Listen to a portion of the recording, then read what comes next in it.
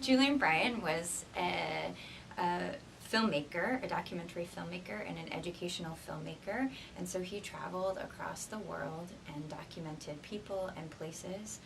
So in places like Russia and Germany, anywhere in South America, Japan, Poland, and took a real keen interest in documenting the everyday life of people in those places. And then he'd come back to America and make travel pictures, travel logs, and travel across this country and share with Americans what life was like in other parts of the world.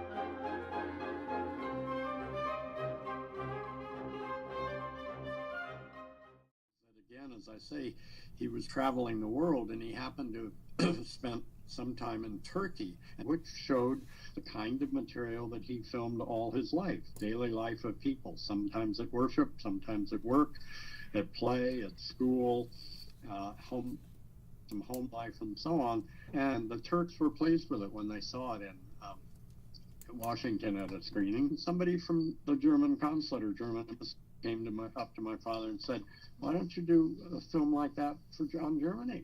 We want a nice, honest portrayal of Germany." And this is kind of scary, 1936. But my father's answer was, "Well, I've been trying to get a visa. I want to do that. I'd like to go to Germany with some permission and so on." So he went on his own. And he may have gotten help from March's Time, because ultimately there was a short newsreel as well as his travel lecture. He called them both Inside Nazi Germany. And the whole history of that newsreel and that short film is well documented. It was controversial, partly because it was Nazi Germany.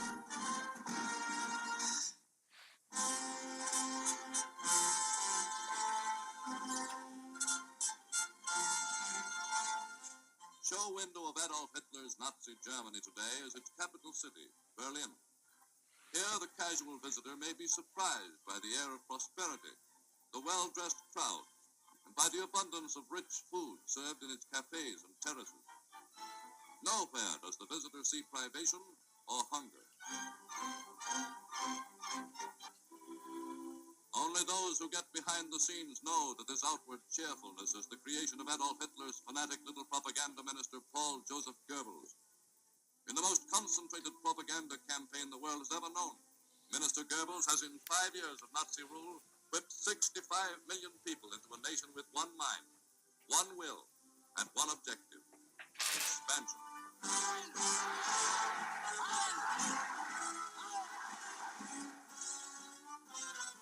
Today, the Goebbels thunder is louder than ever before. Still going on as pitilessly, as brutally as it did 5 years ago, is Goebbels' persecution of the Jews. Signposts at city limits bear the legends, "Jews not wanted, Jews keep out." Even in parks, if Jews are allowed at all, special yellow benches are set apart, labeled for Jews.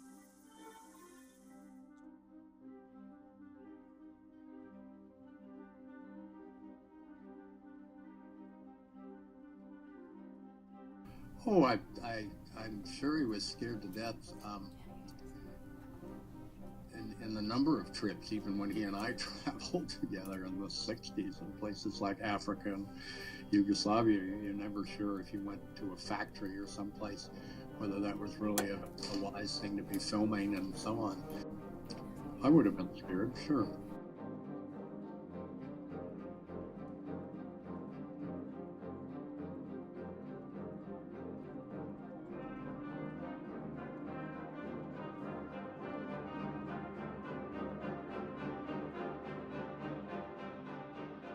So during the rise of Nazi Germany in the Second World War, Julien Bryan took a stand by actually traveling to places where it wasn't very common or safe to travel to, and took a lot of equipment, a still picture camera and a 35mm film camera and all that film, and brought that all with him in suitcases to places where it was pretty unsafe, and managed to get access to people and places that many newsmakers or filmmakers wouldn't have access to.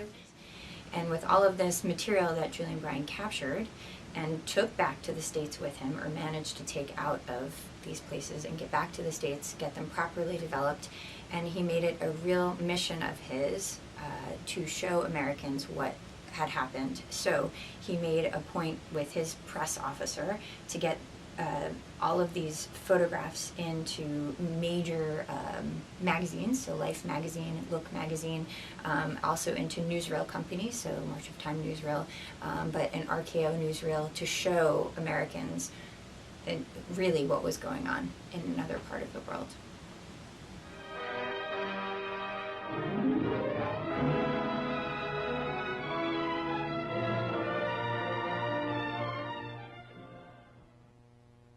I've just returned from Warsaw. For 2 weeks while in the besieged city, I photographed the struggles and agony of a people faced with the horror of modern war. I arrived in Warsaw the 7th day of the war to find a third of the city already a shambles. The situation was far more serious than the meager censored news reports had indicated. The Polish government, and with it all foreign correspondents, had fled Warsaw 2 days before, and these were the only pictures made in the city during the siege. Barricades were being thrown up throughout the town. Everyone had to help, and soldiers conscripted civilians on the streets, putting them to work. By the time I arrived, Warsaw had already been the target for hundreds of bombing raids. Rails from the trolley car system were torn up from the streets and replanted as tank traps. I spent much of my time ducking into cellars, where German planes were almost constantly in the sky, and huge craters were blasted in the streets, sometimes almost at my feet. In groups like this, a bomb could rub out scores of lives. Between 300 and 400 enemy planes a day were overhead. By the 12th day, it was absurd even to sound alarms, for there was always an air raid. German planes dived low over the city as they attacked. Polish anti-aircraft batteries actually made many direct hits. About 50 German planes, all told, were brought down while I was in Warsaw. Incendiary bombs took comparatively few lives, but they left hundreds of thousands homeless. In their wake remained only the smoking embers. It was almost impossible to put the fire out, for water mains had been blown up. At times, machine gunners tried their marksmanship, zooming low over the city after they had dropped their cargoes of destruction. Each afternoon, at 5:30, enemy air squadrons would drop incendiary bombs, and by nightfall, whole sections of the city would be blazing. At night, I roamed through the city, photographing blocks of closely packed apartments, which were in flames. Blackouts were completely ineffectual, and the fires lighted up the city for miles around.